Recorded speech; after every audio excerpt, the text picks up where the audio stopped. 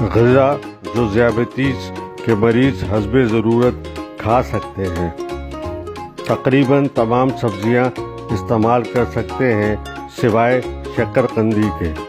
आलू को तलकर इस्तेमाल और चिप्स की शक्ल में इस्तेमाल न करें, सालन में उबाल कर खाएं।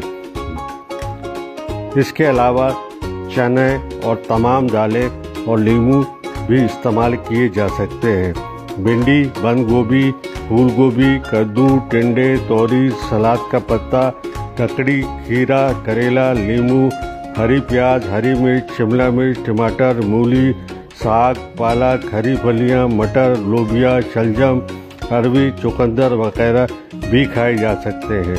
खाने में मिर्च और मसाला और नमक की मिक़दार कम इस्तेमाल कीजिए।